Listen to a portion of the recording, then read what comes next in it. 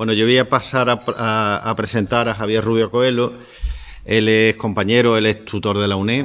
Además hay una asignatura en criminología que imparte él, psicopatología forense, si no, vamos, me parece que es la que plantea. Él es perito en el juzgado. Uno de los primeros contactos que tuvimos nosotros a la hora de elaborar la jornada fue con Fiscalía. Fiscalía no ha podido asistir a estas jornadas porque, bueno, está bastante inmersa en el proceso que ahora mismo tenemos en la audiencia en estos días. Pero claro, con buen acierto, pues nos indicaron, tratándose de que va a abordar principalmente temas de menores, que ayer cuestionamos. A continuación vamos a hablar de delitos sexuales, los menores también van a salir a colación. Pues consideramos muy oportuno y muy pertinente que Javier, con su trayectoria profesional y académica, pues pudiera aportar la visión que va a interpretar en su ponencia a continuación. Con lo cual yo he querido leer su currículum, que es bastante extenso, pero me ha dicho, no te preocupes, me presenta a continuación y ya está. Con lo cual, cuando tú quieras, Javier. Muy bien. Encantado. ¿Para mí, Sí, no, para ti. Esto ya. Bueno, antes de empezar, bebo un poquito de agua, que luego no puedo. Sí. Bueno, buenas tardes. Agradeceros la asistencia a todos los asistentes y agradecer a Alejandro que nos haya invitado a la Fiscalía y por delegación a mí a estar presente en estas jornadas que creo que son de provecho y que seguramente le estáis sacando mucho partido. Yo vi el programa, me pareció enriquecedor, había muchas cosas que no se podían abarcar porque eran de mañana, de tarde y era imposible dividirse y la verdad es que no pude asistir a alguna, pero me hubiese gustado estar con vosotros aquí todos estos días. Me he perdido algunas que me hubiesen interesado porque quizás hubiese enganchado bien con el tema de hoy, pero bueno, yo creo que matizando aquellas cosas y si no os interesa levantáis la mano y os cuento otra cosa, ¿vale? Podemos sacar una tarde muy provechosa. Cuando Alejandro me propuso asistir a las jornadas como ponente, había varios temas que eran muy interesantes, pero como la jornada estaba orientada a la prevención, pues dirigimos un poco el foco hacia la prevención de las conductas delictivas en jóvenes, ¿de acuerdo? Entonces, lo que vamos a hacer es una visión un poco global para que veáis un poco qué se hace o cómo es la política general de prevención de conductas delictivas. No vamos a entrar en programas específicos porque los programas específicos dependen o son competencia de las comunidades autónomas que le toca o políticas más globales a nivel nacional. Ya veremos cuando terminemos cómo cada política o cada programa de prevención estará ajustado tanto a la población diana, que ya veremos que puede ser muy diversa, como a las circunstancias personales y contextuales de cada uno de ellos. Pero vamos por parte y lo vamos bien. Yo tengo tendencia a correr mucho. Si veis que me perdéis, me lo decís. Bueno, básicamente el punto de partida sería ver un poco cuál es el panorama de la conducta delictiva de nuestro país y preguntarnos luego si es útil la prevención o basta con la corrección. Yo sé que esto se ve muy pequeñito. Habrá cosas que no la veáis, pero no os preocupéis que si es interesante o creo que sea pertinente, yo os la leo para no tener ningún problema. Si es la corrección, vamos a echarle un vistazo a la Ley de Responsabilidad Penal del Menor, simplemente por encima para ver cuáles son sus características y cuáles son sus prerrogativas en este caso.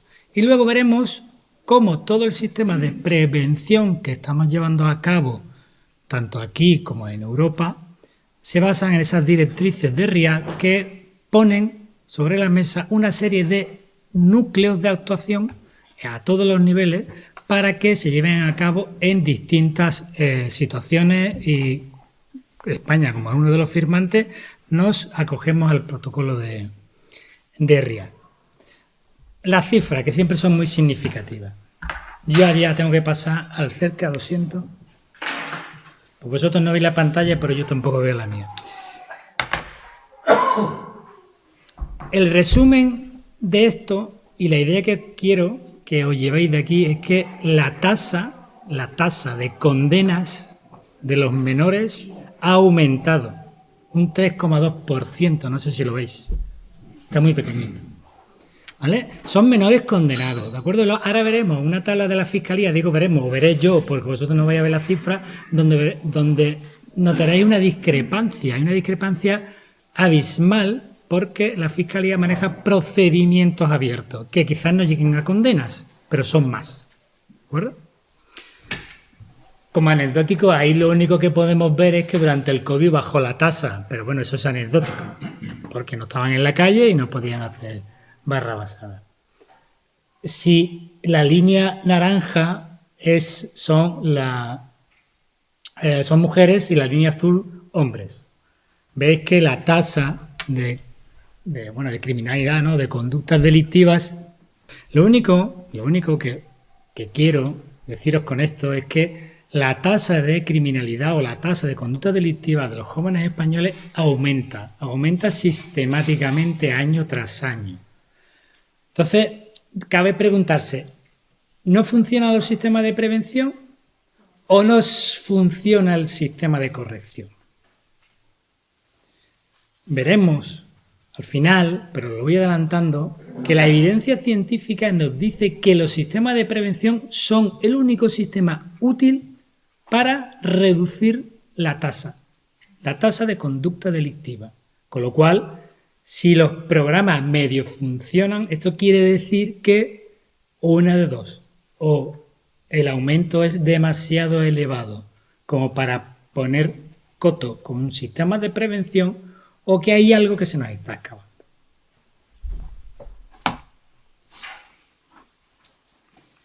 Yo os pido disculpas porque el cambio de medios técnicos hace que no veamos nada.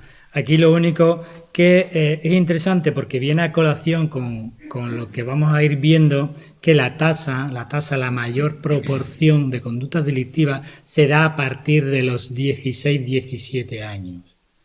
De hecho, es una tendencia internacional, no es una cuestión española. La criminalidad va subiendo hasta alcanzar su cota en los 17-18 y a partir de ahí va reduciendo, va bajando, hasta prácticamente quedarse a un nivel anecdótico, ya en edades avanzadas. ¿Qué quiere decir esto? Es que los sistemas preventivos tienen que funcionar y tienen que funcionar antes de, es decir, tienen que funcionar desde la primera infancia. No lo veis, pero la primera columna de arriba es Melilla y la segunda columna es Ceuta. Esos son menores condenados. Fijaros en la diferencia. Ojo, que puede ser que el sistema funcione mejor aquí, porque la tasa de condena es superior. O sea, no se les escapa tantos procedimientos, ¿de acuerdo?, como pueden escaparse en el resto de comunidades. Que estos son tasas de condena. Ya veremos que delitos, la Fiscalía no tiene datos de Ceuta y Melilla de este año, que es la columna verde, que no hagáis ni intención, porque evidentemente no lo vais a ver, pero sí que la idea es que no lo veis, pero hay un aumento muy significativo de los procedimientos abiertos y las condenas. Hay muchos más procedimientos abiertos que condenas. Y hay muchos delitos de gravedad. Es decir, ahora mismo están apartados la agresión sexual del abuso sexual, pero ahora mismo, tal como tenemos la ley, el año que viene saldrán agrupados y será una barbaridad. Va a ser una barbaridad. Porque aquí está todo. Aquí está desde agresiones sexuales a conductas que antes eran denominadas como abuso. Pero ahora van a entrar como agresión sexual y va a pegar un disparo. De hecho, el aumento interanual por delitos sexuales ha aumentado un 4,4%, o sea, más que la tasa interanual de delitos cometidos por jóvenes. Algo está pasando, ¿de acuerdo? De hecho, en la barra de abajo, que no quiero ser exhaustivo de los números, pero que os quedéis con la idea. La idea es que en jóvenes los delitos sexuales han aumentado, tanto en la denuncia como en condenas de jóvenes. Ha aumentado un 70% en denunciados y un 28% en víctimas, en menores de 18 años, en delitos sexuales. ¿Qué quiero que os quedéis con esto? Que evidentemente hay un problema que veremos ahora, la ley de responsabilidad penal del menor soluciona, pero no es suficiente. Es necesario los programas de prevención. Y la conducta delictiva no es un fenómeno aislado o localizado en determinados sitios, es transcultural, pasa en todos los... O sea, esto de la conducta antisocial o delincuencial juvenil pasa en todas las culturas, incluso en las más primitivas, por decirlo de alguna manera. Y es ubicua, pasa en cualquier sitio, en el campo, en la ciudad, en cualquier entorno, tiene sus matices, como anecdótico, por ejemplo, en el campo, en zonas más rurales, como puede ser Ciudad Real, Cuenca, o sitios donde está muy presente la cultura de la caza, los menores cometen mucho más delitos de homicidio, porque tienen mayor acceso a armas. Y en la ciudad pues hay mayores delitos relacionados con el uso de vehículos a motor o hurto, etcétera, etcétera. Veáis que no tiene por qué, porque el delito es versátil, es decir, puede haber de todo, desde un hurto hasta una agresión sexual, hasta un homicidio. O sea, no porque sean jóvenes el tipo delictivo va a ser distinto. Tocan todos los palos. Y tiene un carácter que en principio suele ser instrumental, aunque como dice ahí, posteriormente pasa a ser una reacción, que es generacional, de enfrentamiento al sistema que es la familia. Muchas veces se hacen barrabasadas porque simplemente por presión del grupo de pares hacemos aquello que nos induce, o por presión grupal nos induce el grupo. Y tiene una característica muy particular, que tiene una remisión espontánea muy alta. Muchos de los chavales que cometen algún delito y son condenados, es su único delito. Es su único delito. Hay una característica, hay una población de riesgo que acumula más. Pero la mayoría, una vez que pasan por el sistema, normalmente no vuelven a pasar. Hay una autora, Moffi, que lo que te dice es que en la comisión del delito, la facilidad con que se cometa va a depender de la madurez del menor y de la presión grupal. Y es cierto, es decir, muchas veces los menores, todos conocemos a jóvenes, y su idea es que ellos ya son mayores y ellos son maduros. Pero no, su sistema neuronal todavía no está lo suficientemente desarrollado para que esas estructuras corticales que evitan el comportamiento impulsivo o la baja anticipación de las consecuencias de su acto esté todavía en condiciones. ¿Qué pasa? Que tienen más tendencia a meterse en follones. Y ya os digo, aquí cabe todo, desde la gamberrada en grupo de tirar una papelera, partir un cristal, darle una paliza a alguien, o robar un coche, o consumir droga. Aquí entra todo. Muchas veces por presión grupal, ya os digo, se cometen muchos de los actos delictivos que tendrán su remisión espontánea por actos puntuales que son propios de la edad evolutiva a la que pertenece. Y ahora es lo que os decía antes, ¿merece la pena la corrección? La corrección simplemente es, una vez que pasa algo, corregimos la conducta desviada. Para eso tenemos nuestra ley de responsabilidad penal del menor, que, bueno, que ahora veremos un poco por encima cuáles son sus características y su objetivo principal, pero hemos visto que no es suficiente porque la tasa sigue aumentando. ¿De acuerdo? Sí que la acción preventiva es útil. La acción preventiva, aun cuando hay delitos que generan mucha alarma social, porque evidentemente los menores, cualquier cosa que hagan los menores enseguida sale a la palestra, hay crímenes muy sonados que han propiciado cambios sustanciales en la ley del menor que, bueno, han ido un poco a colación por esta alarma social que se crea. Evidentemente, nadie se nos escapa, las violaciones grupales, actos cometidos cada vez por menores más menores, hacen que, bueno, la gente se plantee la utilidad de la ley, ¿eh?, en cuanto a corrección. Pero yo os digo que es mucho más útil la prevención y la prevención temprana que el resto de medidas. Porque esto los americanos lo tienen muy bien planteado y han hecho el costo. Ellos tienen un plan. El mismo centro de enfermedades, el CDC, tiene un plan de prevención de conducta antisociales y han hecho un cálculo y les sale muchísimo más barato un sistema de prevención que implica ayudas puntuales a las familias en crisis, invertir en remodelación de barrios, etcétera, etcétera, que es una pasta, les sale mucho más rentable que dejar, digamos, el que siga la tendencia criminal como sigue. Con lo cual, se ha visto su utilidad práctica social, pero también tiene la utilidad económica.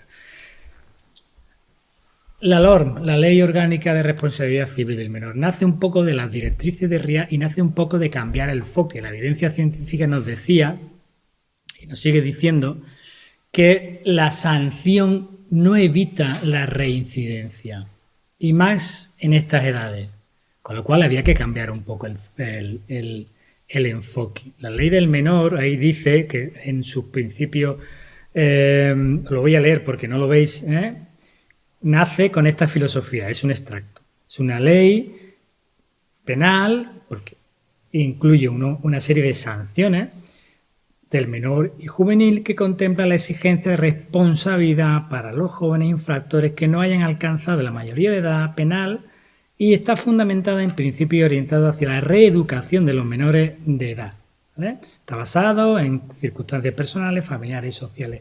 ¿Qué quiere decir? Que se basa en el principio de justicia restaurativa. La justicia restaurativa lo que te viene a decir que el ofensor tiene una responsabilidad y tiene que pagar y la víctima tiene unos derechos de resarcirse, es decir, de recibir una compensación que no tiene por qué ser económica. Entonces, la justicia restaurativa, todos los programas de mediación, las conciliaciones que se hacen en los juzgados de menores llevan esta filosofía.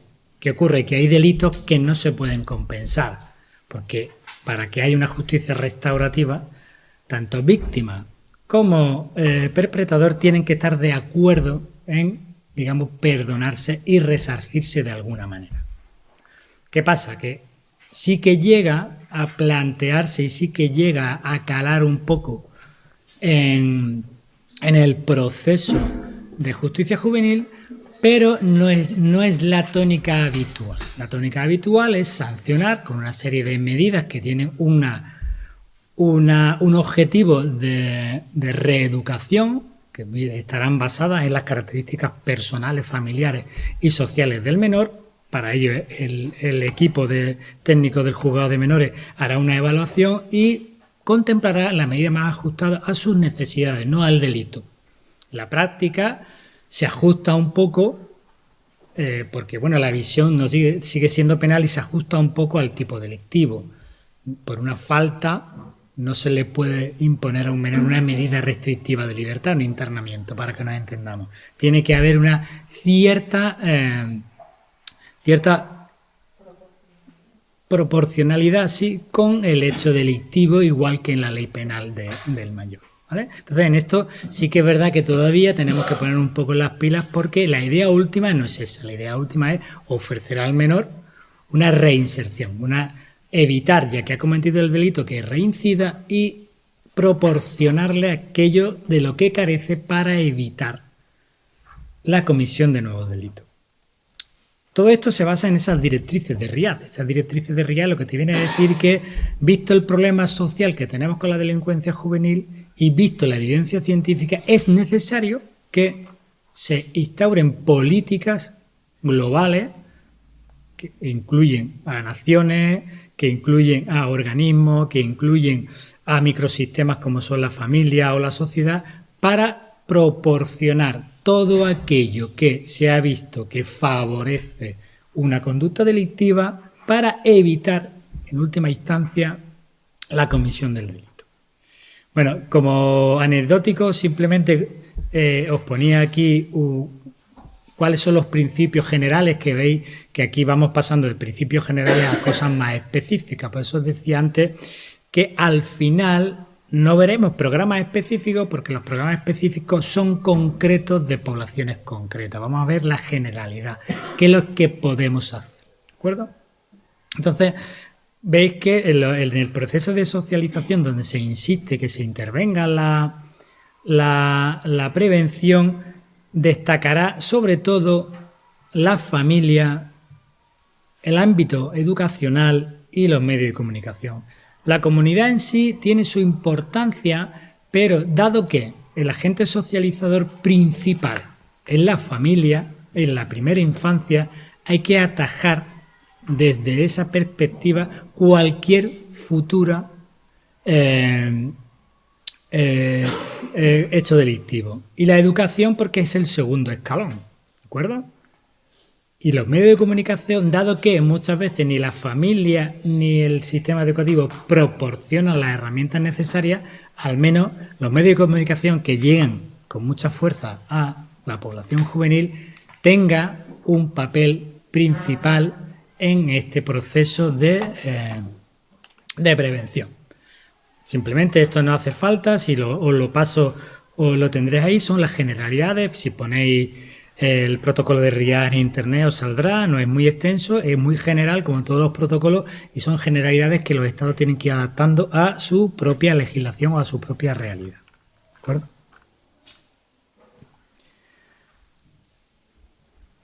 ¿Cómo atajamos el problema? Habéis ido intuyendo que en todo esto de la conducta criminal o la conducta delictiva en los jóvenes tiene una particularidad, es que tampoco es que se haga el sujeto criminal.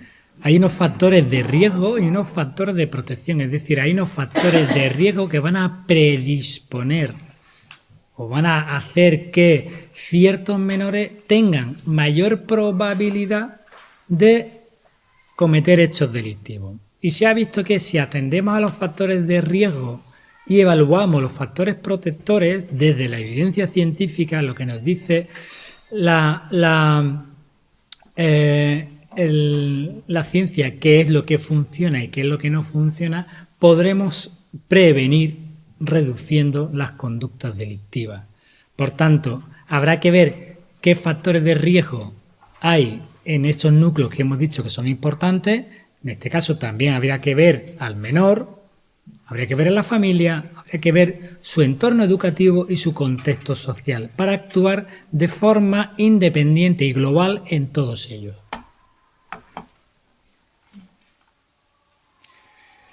Este esquema no lo veis tampoco, pero lo que viene a simplificar es la idea de que todo está interrelacionado, que los problemas son particulares de cada etapa evolutiva.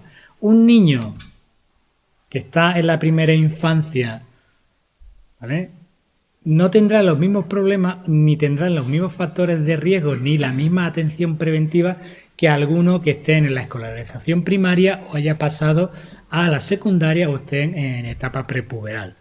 ¿De acuerdo? Entonces, los problemas que tendrá un infante en su casa vendrán determinados por el propio individuo. Puede tener factores de riesgo, ahora veremos desglosados, factores de riesgo de tipo individual, puede tener una enfermedad, puede tener un problema cognitivo, puede tener problemas de autoestima, puede tener problemas de control de impulso. La familia es importante en ese momento puntual, familias desestructuradas, familias que necesitan apoyo institucional, familias donde haya factores de riesgo concomitantes, violencia de género, pobreza económica, etcétera, son factores de riesgo añadidos al factor de riesgo individual. ¿De acuerdo? Se va conformando un poco el núcleo de lo que sería el germen para que la conducta disocial o la conducta delictiva vaya madurando. Más adelante, cuando el crío ingresa en la etapa escolar, va dejando un poco lo que sería la influencia de la familia para pasar a formar parte de su grupo de pares. Y ya sabemos todos, los que tenemos niños, que cuando ellos llegan a una edad determinada, sobre los 11, 12 años, que cada vez se va reduciendo más, la familia pasa a un segundo plano.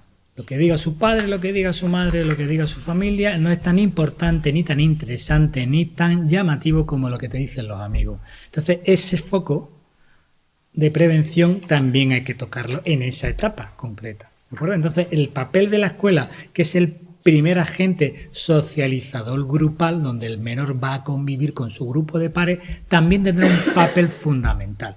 Aquí se irán desarrollando determinados factores de riesgo que irán sumando. Es decir, si yo no corrijo en la primera infancia, podré tener factores de riesgo de mayor gravedad, por decirlo de alguna manera, en la escolarización primaria e incluso en la etapa prepuberal. Problemas con droga, fracaso escolar, asentismo, etcétera, etcétera, que se irá sumando a los siguientes factores de riesgo que irá el menor pasando por ello, verá como quemando etapas, ¿de acuerdo? Normalmente, si no se instaura el programa preventivo antes, cuando llega el problema, tenemos mayor dificultad a la hora de resolverlo. A título meramente explicativo, si un niño tiene rabietas con 5 años, y si no se ataja en ese momento, incluso antes, con 10, 11 años va a ser imposible. O sea, la tolerancia a la frustración hay que desarrollarla desde que está en la cuna. El control de impulso, si no tiene ninguna patología que implica que no tiene control sobre ello, hay que desarrollarlo. Y ese es el papel de la familia. Es cierto que, evidentemente, ya veremos que las directrices para la prevención implican también a la familia como agente socializador y le proporcionará las herramientas necesarias para que, si no tienes los instrumentos necesarios para controlar de alguna manera la conducta de ese menor, pueda tener instrumentos que te ayuden a hacerlo. Programas terapéuticos, escuelas de padres, ayudas puntuales, etcétera, etcétera. Ya os digo que el problema es global, no es que haya unos factores que, si se dan juntos, vamos a tener una conducta criminal. No es algo que dependa de la familia, no es algo que dependa de la educación, no es algo que dependa de la sociedad, depende de todo. Por eso el programa de prevención tiene que ser global y por eso es tan complicado de implementar, porque implica a muchas personas, a muchos organismos y a muchos estamentos. Vamos a ver un poco lo que serían los factores de riesgo desglosados. No es de forma exhaustiva porque hay 20.000 Esto es una recopilación de un estudio de casos de literatura científica, no sé si eran de 25 o 30 de distintos países, que, bueno, se destacaban, casi todos ellos destacaban estos, y por eso lo he traído. Como factores de riesgo individuales, por decir alguno por encima, encontraron pues déficit de atención, déficit cognitivo, trastornos disruptivos de la conducta, ¿de acuerdo? Problemas de tipo emocional, con baja autoestima, escasa percepción del riesgo, ser promiscuo sexualmente, tener actitudes erróneas de género. Hay una serie de factores que ya veremos que están detrás de muchos de los problemas que ahora mismo a la sociedad les causa mucho repelús. La violencia de género y la violencia sexual proviene de aquí. Unos estereotipos erróneos, una educación errónea en género, unas conductas erróneas emocionales, etcétera, etcétera. Y parten todas de aquí, ¿de acuerdo? Del microsistema, de lo que sería la familia o el entorno más inmediato, bueno, problemas muy, muy característicos como el maltrato infantil o la convivencia en hogares desestructurados donde haya algún tipo de violencia. Ya sabéis, porque lo habéis escuchado 20.000 veces y lo vamos a ver aquí de pasada, que la violencia se transmite de forma cultural, porque se transmite por procesos de socialización familiar. La violencia, las conductas que estamos tratando aquí se transmiten todas igual. ¿vale? Entonces, si aquí hacemos un buen papel preventivo, evitaremos muchas de aquellas conductas delictivas que ahora mismo, digamos, están muy sobre la palestra o que ponen un poco en tela de juicio todos los programas preventivos o todo el papel que puede llegar a hacer la ley al respecto. Cada vez que hay algo muy sonado, hay un colectivo que aboga porque se endurezca la ley del menor. El asesino de la katana, el de Clara, ahora con los abusos sexuales en masa. Hay un clamor para que se endurezca esta ley, pero el problema es que esta ley funciona porque funciona su perspectiva reeducativa. Es verdad que hay cosas que son muy llamativas, pero son anecdóticas. El beneficio a largo plazo de este sistema es mejor que el sistema punitivo tradicional, ¿vale? Entonces tenemos familias con antecedentes, familias con consumo de drogas, entornos desestructurados, barriadas marginales, falta de apoyo social, una pobre supervisión parental que llevará a un asentismo, que llevará a una falta de control y supervisión, que hará que el menor tenga un concepto lapso de los límites y de las normas que propiciará la conducta delictiva. Todo, como veis, está encadenado. La inestabilidad del lugar de residencia, pasar de un lugar a otro o cambiar de residencia con... ya sabemos que la crisis económica lleva también a crisis de tipo familiar. Todo esto repercute en que el menor o el joven se coloque en una situación de riesgo. Estas son situaciones de riesgo.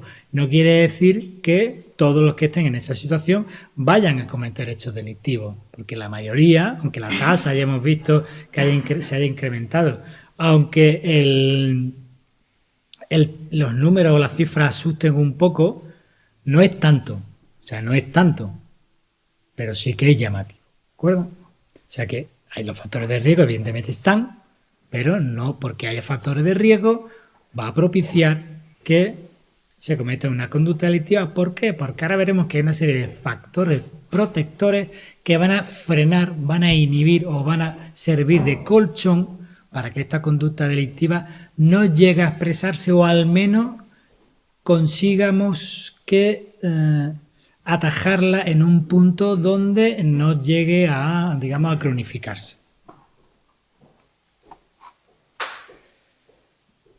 Del sistema, del exosistema, del macrosistema, pues la crisis económica, la exposición a delincuencia en el contexto social en el que se vive, disturbios, bueno, que el centro escolar tenga problemas de delincuencia, etcétera, etcétera. Veis que el problema está en los modelos que se le proporciona al menor. En la medida que los modelos estén ajustados, entre comillas, a la norma social, habrá menos problemas, porque no se asumirá o no se socializará en un entorno, digamos, disruptivo. Los factores de protección, bueno, pues los que se han visto, el alto rendimiento, que implicará que no haya asentismo, que implicará que hay una mayor supervisión académica de los padres, un elevado cociente intelectual, muchas veces chavales que, bueno, que funcionan bien pero no son unos lumbreras, si se les proporcionan las ayudas necesarias o no se empeña el sistema en mantenerlo en un sistema educativo que le es hostil, pues no tendrá problema. Pero si mantenemos a unos menores en un sistema que para ellos es hostil, que no les permite progresar y que no les permite o no les da una visión de futuro medianamente halagüeña, pues tendremos un problema en las aulas, un problema de asentismo, un problema de disrupción de conducta, modelos disfuncionales para otros menores, ¿de acuerdo? Que veáis que todo en realidad está relacionado, aunque lo veamos de forma anatómica y puntualmente lo hacemos de forma didáctica, pero aquí todo está en relación. Por eso las políticas tienen que ser globales y de multinivel. Buena salud familiar en todos los sentidos, que no haya ningún problema, ni económico, ni de sanitario. Si hay problemas sanitarios o económicos, implica una baja supervisión por parte de los padres. Pues ya tenemos uno de los factores de riesgo asociados. ya os digo, no quiero ser exhaustivo que se nos va el tiempo. Los vínculos paternofiliales que sean positivos, un estilo educativo de tipo asertivo o ajustado a la necesidad del menor, no porque seamos permisivos o seamos muy restrictivos funciona, hemos visto que ni uno ni otro funciona bien. Hogares estructurados, eso dice la literatura, hogares estructurados tienen menos problemas de conducta de delincuencia juvenil. Se podrá debatir o no, pero la evidencia científica es lo que dice esto. Y un contexto libre de delincuencia, un contexto escolar. Todo es modelado, todo es aprendizaje, con lo cual si el menor no ve en ninguna parte ningún ápice de conducta antisocial y no tiene modelos de resolución de problemas disociales, no lo va a usar. Vamos a la prevención, que es lo que hemos venido a hablar aquí. Ya sabéis que en prevención siempre se habla de primaria, secundaria o terciaria. La que nos interesa aquí es la primaria. Necesitamos, ya que hemos visto que lo que propicia o promueve la conducta delictiva y cuáles son los factores de protección, voy a implementar, ya que sé cuál es la población de riesgo, voy a implementar políticas o ayudas o terapias puntuales para evitar. Si se comete un delito, en prevención secundaria, pues tenemos el sistema que va a sancionar al menor para evitar la reincidencia. Y a partir de ahí habrá que ver ese menor o ese grupo qué es lo que necesita, para eso estaba la ley, qué es lo que necesita ese menor concretamente para evitar la reincidencia futura. ¿De acuerdo? Es decir, vamos a intentar que es la más cara, que es la primaria, porque se invierte en futuro, no puntualmente, pero a largo plazo es la más eficiente. Aquí está todo un poco imbricado, es decir, los programas de política social atienden a familias desestructuradas para evitar problemas de todo tipo, de delincuencia, problemas de desestructuración familiar, violencia, consumo de drogas, etcétera, etcétera. Son programas globales, no son de un solo nivel, no van a prevenir la conducta disocial, van a prevenir la salud general de la familia, que es un factor protector para la delincuencia. Por tanto, el enfoque que tenemos que tener, o el enfoque que vamos a usar para ver o para hacer un programa adecuado, va a ser el biopsicosocial. Es decir, vamos a atender a las características personales del individuo, que lo haremos cuando ya lo tengamos encima de la mesa, por decirlo de alguna manera, es decir, en la prevención secundaria, y vamos a atender a las características psíquicas de la población en su entorno inmediato. Tenemos que verlo todo, porque todo es útil o todo es, digamos, necesario. Las directrices generales, ya digo, para no ser exhaustivo, las directrices generales lo que te van a ir diciendo es que tenemos que empaquetar las políticas preventivas en cosas concretas, pero se tienen que basar en una serie de generalidades. Y hay unas 10 generalidades que son las que vamos a ver aquí, que las que van a implementar casi todos los sistemas o todos los programas de prevención puntual. ¿De acuerdo? Ya lo haga la Ciudad Autónoma de Ceuta, el ARMI en Madrid o una asociación Diagrama en Castilla-La Mancha, se va a basar en esas directrices para perfilar en función de una población diana, que puede ser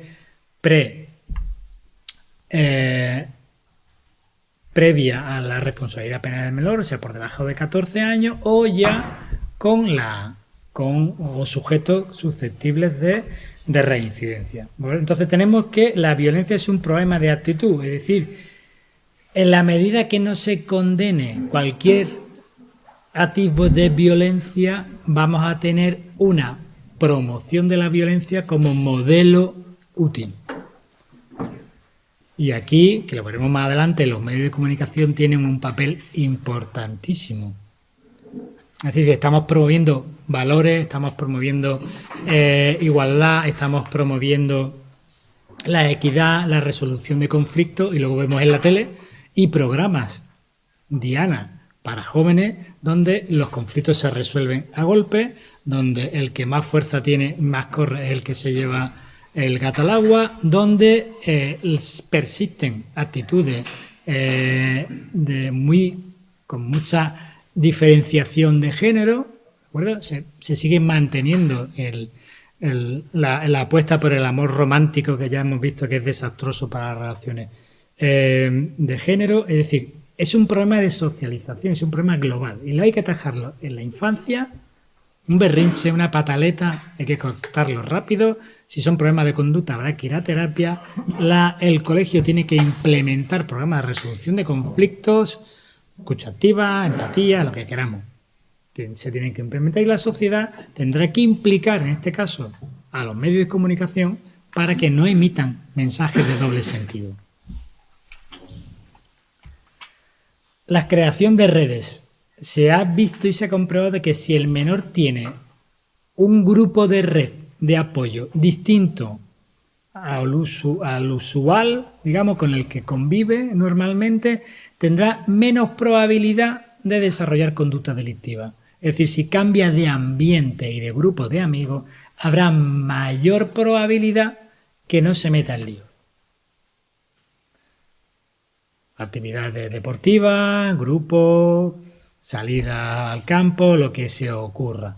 Son programas, lo habéis visto, las campañas de la juventud sana, etcétera, etcétera, de practica deporte, sal, entra, ¿vale? Provienen de aquí. Un buen repertorio de habilidades sociales. Muchas veces los adolescentes y los jóvenes lo que no tienen son habilidades sociales adecuadas. Es decir, hay que dotarlos, ya sea tanto en casa como en el cole, de un repertorio adecuado para resolución de problemas, resolución de conflictos, intercambios, digamos, basados en afectos positivos, no en la violencia per se. Es cierto que lo que se nos transmite es que el más fuerte o el que impone es el que lleva la razón. Habrá que cambiar el modelo. En el ámbito escolar, que tiene una gran capacidad porque tiene a los críos allí metidos durante muchísimo tiempo, es el encargado de promover muchos de los programas que hemos ido hablando ahora, de habilidades sociales, reinserción, los programas de apoyo educativo, los programas de escucha empática, los programas de resolución de conflictos, los programas de prevención, droga, alcohol, violencia de género, todo eso. Si se hace bien dentro del sistema escolar, ayuda. Pero ya he dicho, quedad con la idea de que cuanto antes se haga, mejor. Violencia sexual, se está insistiendo mucho porque parece que desde hace 20 años, desde los programas o los planes estatales contra la violencia, se está machacando en los colegios con la violencia de género, parece que no cala. Algo estamos haciendo mal porque parece que no cala, porque cada vez hay una mayor o una falta mayor de concienciación. De hecho, se ha incrementado en la cifra, lo veíamos al principio, las denuncias de jóvenes por violencia de género. Y hay una violencia que muchas veces pasa desapercibida porque está dentro de un contexto, digamos, disfuncional de relación que nos transmite la tele o que seguimos transmitiendo de forma cultural como algo aceptado, y hay que acabar con eso. Intervención a edades tempranas, lo hemos dicho, si hay algo que atajar hay que hacerlo cuanto antes. Si hay un problema de salud o un problema que viene derivado de algún trastorno orgánico, habrá que ver cómo lo podemos solucionar. Todo no se podrá solucionar, pero se podrá dar apoyo familiar para contener un poco la posibilidad de que se desarrollen conductas delictivas. Muchas veces los grupos de iguales usan a menores con cierta discapacidad para perpetrar determinados delitos. Bueno, pues habrá que tener también en cuenta eso. Recursos a la comunidad. Está claro que si la comunidad no tiene para invertir en mejoras de la barriada, en mejoras de las asociaciones de vecinos, en mejoras del equipamiento deportivo de la zona, todo lo que hemos ido hablando tampoco funcionaría porque el ocio improductivo lleva a la cabeza poco pensante y a que se le ocurra 20.000 historias. A las AMPA se le desarrolla o se le proporciona un papel esencial. Sí que es cierto que solamente irá a los programas que el AMPA te propone el que esté motivado. Ya sabemos que el que está motivado es el que menos lo necesita, pero tampoco podemos obligar a la familia a inscribirse en determinados programas. Habrá que detectar desde otros servicios quizá familias en riesgo para llevarle el programa. ¿De acuerdo? Ya sabéis que las AMPA se han convertido en asociaciones para eventos, pero no para su finalidad última, que era la promoción de una educación sana, dotando a los padres de los instrumentos de los que carecen, porque esto no, ser padre no es una titulación que tú llevas contigo que lo sabes todo, hay que dar instrumentos, y quien no los tiene los necesita, y hay gente que lo puede aprender. Por tanto, hay un conjunto de habilidades, tanto de resolución de conflictos, de escucha al menor, de conocer sus etapas evolutivas, saber qué es lo que necesita en cada momento, que si no te lo cuenta un profesional, pues tú no lo sabes. Y para eso está la AMPA. Pues tengo que descubrir Shanghái. Bueno. La obediencia se aprende, ya hemos dicho que el problema fundamental es que como se aprende, es un problema de actitud, hay que atajarlo desde el principio, es decir, hay que eliminar cualquier modelo que implique una transmisión cultural de cualquier forma de violencia. Y los medios de comunicación tienen aquí un papel muy, muy importante porque evidentemente transmiten una realidad que en realidad no es tal. Mira, como anecdótico se me ocurre, se hizo un estudio en Estados Unidos de la percepción de la sociedad americana. Y esa percepción estaba basada en el tiempo que la gente veía la tele. La gente que no veía mucho la tele tenía una percepción ajustada de la realidad, pero el que se llevaba todo el día enganchado a la tele, la percepción de la sociedad que tenía era la que te daba la tele. Todos eran profesionales liberales, abogados, policías, bomberos, todos vivían en unas casas magníficas, todos tenían 2 coches, todos tenían dinero para la universidad y todos eran magníficos y estupendos. Pero la realidad no es esa. Pero si tú lo que percibes es eso, es lo que vas a transmitir. Entonces, decirle a los medios de comunicación que transmitan de forma adecuada la realidad es importante. No nos van a hacer caso, porque aquí lo que prima es que se venda o no se venda el programa. Y me he quedado aquí atascado porque esto ya no pasa. Ya. Pero básicamente la idea final o las conclusiones que ya nos quedaban por ver son las siguientes. La violencia es un fenómeno en alza que crea un problema a nivel estructural y social muy importante. Es necesario implicar a todo un conjunto de sistemas y organismos. ¿Por qué? Porque la intervención ya hemos visto que tiene que ser multinivel y multipropósito. Hay que atajar familia, escuela, sociedad, medios de comunicación, políticas globales. Tiene que llegar a muchos sitios y a muchos niveles. La prevención es importante y útil. Por tanto, los sistemas de prevención, aunque parezcan que no funcionan, dan su fruto. Habría que pensar que si no estuviesen ahí, ¿dónde estaríamos en esas cifras que hemos visto al principio?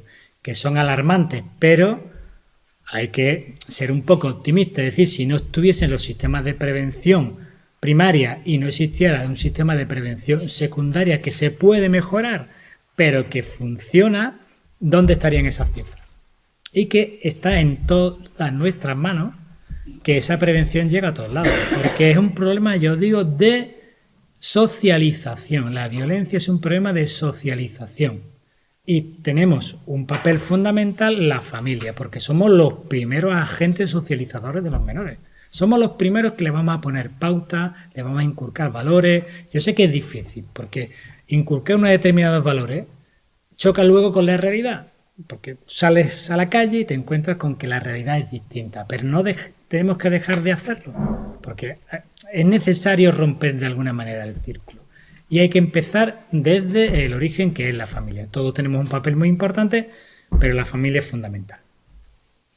Y me quedan 5 minutos que lo vamos a dejar para lo que queráis. Como ya esto no pasa, ahí estaba mi correo y eso, pero no, lo siento, pero no lo podéis ver. De todas formas, como os llegará la documentación, ahí lo tenéis, podéis preguntarme lo que queráis cuando queráis. ¿De acuerdo? Bueno, ¿alguna duda? ¿Alguna pregunta al respecto? Sí, mira. Bueno, quería darle la enhorabuena por su ponencia, más que una duda, una pregunta, es más una apreciación que tengo desde que trabajo un poco de cerca con menores, y creo que es más la falta de comunicación que hay entre los recursos y la familia. Que es cierto que se intenta muchas veces llegar a ellas, pero vivimos en una sociedad en la que estamos todos ya con las prisas y no nos paramos a detenernos en lo realmente importante. Entonces estamos tapando, cuando realmente los recursos están cerca, pero creo que a veces las familias no son conscientes de la gravedad de la situación. Yo lo que decía antes, el problema no está en la gente que está motivada y que quiere tener instrumentos, que quiere educar en una serie de valores o que quiere simplemente detecta un problema y lo quiere solucionar. Esa familia no hay problema porque irá a buscar el recurso que existe. El problema es que cómo llegamos a aquellas familias que lo necesitan pero que no buscan. ¿Qué hacemos? Pues hay programas que no son especialmente de violencia, son programas de tipo social que intervienen cuando se detecta de alguna manera algún problema que puede ser de índole distinta, puede ser un problema de tipo económico, un tema de problemas de vivienda, una situación, digamos, de desprotección infantil, y vemos un poco cuál es el problema e intentamos atajarlo. Pero lo que decía, y tú bien dices, el problema no está en que no haya recursos, el problema es que los recursos no están llegando a la población. Hay campañas. Yo ayer esta mañana vi que la ciudad de Ceuta, con la Casa de la Juventud, el Centro Asesor y el Plan Nacional contra la Violencia, han sacado una campaña en TikTok para los jóvenes para prevenir la violencia de género. Yo no sé si llegará a los jóvenes. Ha llegado a mí, que yo lo necesito, pero yo la he visto. ¿Lo verán mis hijos? ¿Lo verán vuestros hijos? No lo sé, pero se hace. El problema es cómo llegar a ello. Se utilizan cada vez plataformas o medios que estén más de acorde con su sistema de comunicación.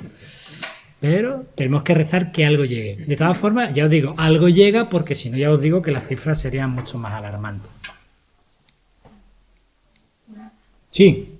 Felicitarles por la ponencia y es un planteamiento. ¿No será que las instituciones y los organismos intervienen cuando el problema ya existe? No intentan prevenirlo, sino que cuando ya existe el problema es cuando intervienen, que no hay un sistema de prevención. Claro, pues el sistema de prevención, ya habéis visto que la prevención primaria que se propone es un poco, no es específica, o sea, no está dirigida concretamente a, digamos, cuando se detecta el problema, actuar. Está orientado a evitar el problema. ¿Qué pasa?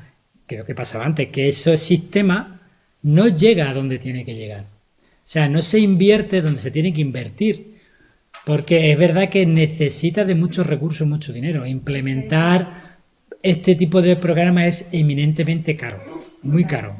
Muy caro, e implica a instituciones. Sí que es verdad que para paliar problemas puntuales de trastornos de conducta tenemos recursos. Podemos ir a Ingesa, que hay un psicólogo, hay psiquiatría, te pueden derivar, pero ¿son suficientes? No. ¿Son ágiles? No. ¿Hay sistemas alternativos? Sí, pero precisamente las familias que lo necesitan no pueden optar a esos recursos. No adopta nada, es lo problema. El problema aquí principal es que si tú una familia sin recursos la dotas de unos recursos mínimos, evitan muchos problemas. Quizás no todos, o quizás no la mayoría, o quizás demoremos el problema, pero evitamos un poco, digamos, que se perpetúe. Y es cierto que los programas existen y los programas se implementan, pero están más orientados a poblaciones concretas de riesgo. Cuando ya se detecta una población concreta de riesgo, se implementan determinados programas. Pero todo eso es si hay dinero y hay profesionales que lo implementen, porque muchas veces no hay ni una cosa ni la otra. Parece descorazonador, pero es que es así. Pero ya os digo, la prevención funciona. Que os quedáis con eso, no que no hay recursos, pero sí que es cierto que, como todo, muchas veces hay unas leyes estupendas, pero ya te dicen al final que se implementará sin cargo alguno a la hacienda pública. Y tú dices, pues vamos apañados, ¿eh? Que es lo de siempre. Pero bueno. Bueno, pues yo creo... ¿Hay alguna más? Yo tenía un problema. Ah, sí. vale. Ya leí con ella en el tintero y hoy se lo voy a poner. El tema es que se habla mucho de la prevención primaria y la secundaria. Y la terciaria, que yo creo que es la más importante después de que el menor tenga un ámbito familiar delincuencial, el ámbito social sea el mismo. Lo llevo al centro de menores. Sale del centro de menores. ¿Después qué? Eso, después que esa prevención que tú dices terciaria, y no sé si ayer estuvo exponiendo Keiko, el qué se hace luego. El problema del qué se hace luego depende, digamos, de, ya sabéis que las políticas a la hora de implementar las medidas son de la ciudad y de los organismos autónomos que tienen transferidas las competencias. Si no hay un buen análisis de qué es lo que falla, ese menor cuando salga del sistema va a seguir como un hámster, dando vueltas en el mismo rueda. Porque ya os he dicho que eso es necesario, porque si no crearía mucha alarma social, pero no es suficiente. Es decir, que el menor pase 2, 3, 1 o 5 años en un centro de reforma no resuelve el problema. Es quitar el problema del medio para evitar la alarma social. La sanción en menores de esa edad y con ese tipo de sanciones no funciona si no se implementan otras. A ver, sería costoso, sería complicado, pero habría que, como han hecho los yanquis, es rentable. Es decir, cada dinero que yo invierto en quitar a este menor, sobre todo, muchas veces hay tipos delictivos que tú dices, bueno, pues no merece la pena, porque un hurto puntual y tal no voy a intervenir, pero hay determinados delitos que sí sería muy recomendable o muy valioso a largo plazo intervenir mucho y con muchos recursos, porque muchas veces son problemas tanto estructurales de la familia, del entorno, del ambiente, como personales. Hay problemas de trastornos disociales que pueden convertirse en un trastorno de tipo psicopático, que si no se ataja, eso no va a tener solución con un sistema, digamos, de restricción de las libertades individuales. Digo, hay que intervenir durante, pero luego, en ese momento que el menor está en un centro cerrado, habrá que ver a qué ambiente va a volver. Hay que estudiar dónde va a volver. Cuando se excarcela a alguien, los servicios sociales miran el entorno. O sea, yo no te doy a ti el tercer grado si tú no tienes un entorno que te proteja y que evite riesgos. Pues aquí habría que hacer lo mismo. ¿Que lo tiene que hacer la ciudad? Pues sí, porque son sus competencias. Sí, pero la ley 5-2000 contempla la preparación al menor para la vida en libertad. A ver, la ley lo que te dice es que su final es reeducativo y de reinserción. Y eso lo deja ya en claro, y eso lo deja en manos de la ley, digamos, el sistema sanciona y el recurso sancionador lo pone la ciudad. Y el resto lo pone la ciudad, en este caso la ciudad. ¿Vale? ¿Por qué? Porque son sus competencias. Por eso ahí estaba aquí Keiko, que se encarga de medio abierto. O sea, la ciudad es igual que cuando el menor infractor es menor de 14 años. Es la ciudad, es protección de menores, la encargada de vigilar, por decirlo de alguna manera, el entorno familiar de ese menor para prevenir precisamente conductas delictivas. Y lo que se ha visto que es muy eficaz es que, aunque sea menor de 14, tienen responsabilidad patrimonial, es decir, los padres tienen que pagar, que es uno de los factores que hacen que la reincidencia se reduzca bastante. Pero ya te digo, la política es local. Si la entidad local no tiene recursos suficientes, tenemos el mismo problema de siempre. Pero ahora te digo que no es un problema de aquí, es un problema de aquí, de Castilla-La Mancha, de la Comunidad de Madrid, de la Comunidad de Cataluña, de todos lados. Porque no hay recursos, y los programas que se proponen de prevención son muy caros, porque implican personal especializado, es un programa a largo plazo implica a muchos agentes, no solamente a profesionales, sino a agentes socializadores. Necesitamos trabajadores sociales, educadores de integración, etcétera, etcétera, etcétera. Y son complicados porque vas a una población que no quiere la ayuda. O sea, en principio no hay nadie motivado. Tienes que motivar o explicar que eso va a ser bueno para el futuro. Eso es agotador. Pero aún así, si el programa existe, los profesionales están preparados, pero no hay cobertura económica, al final la pela es la pela, pero habrá que insistir, porque si no, no hacemos nada nunca. ¿Vale? Bueno, pues ya sí, ¿vale? Muchas gracias.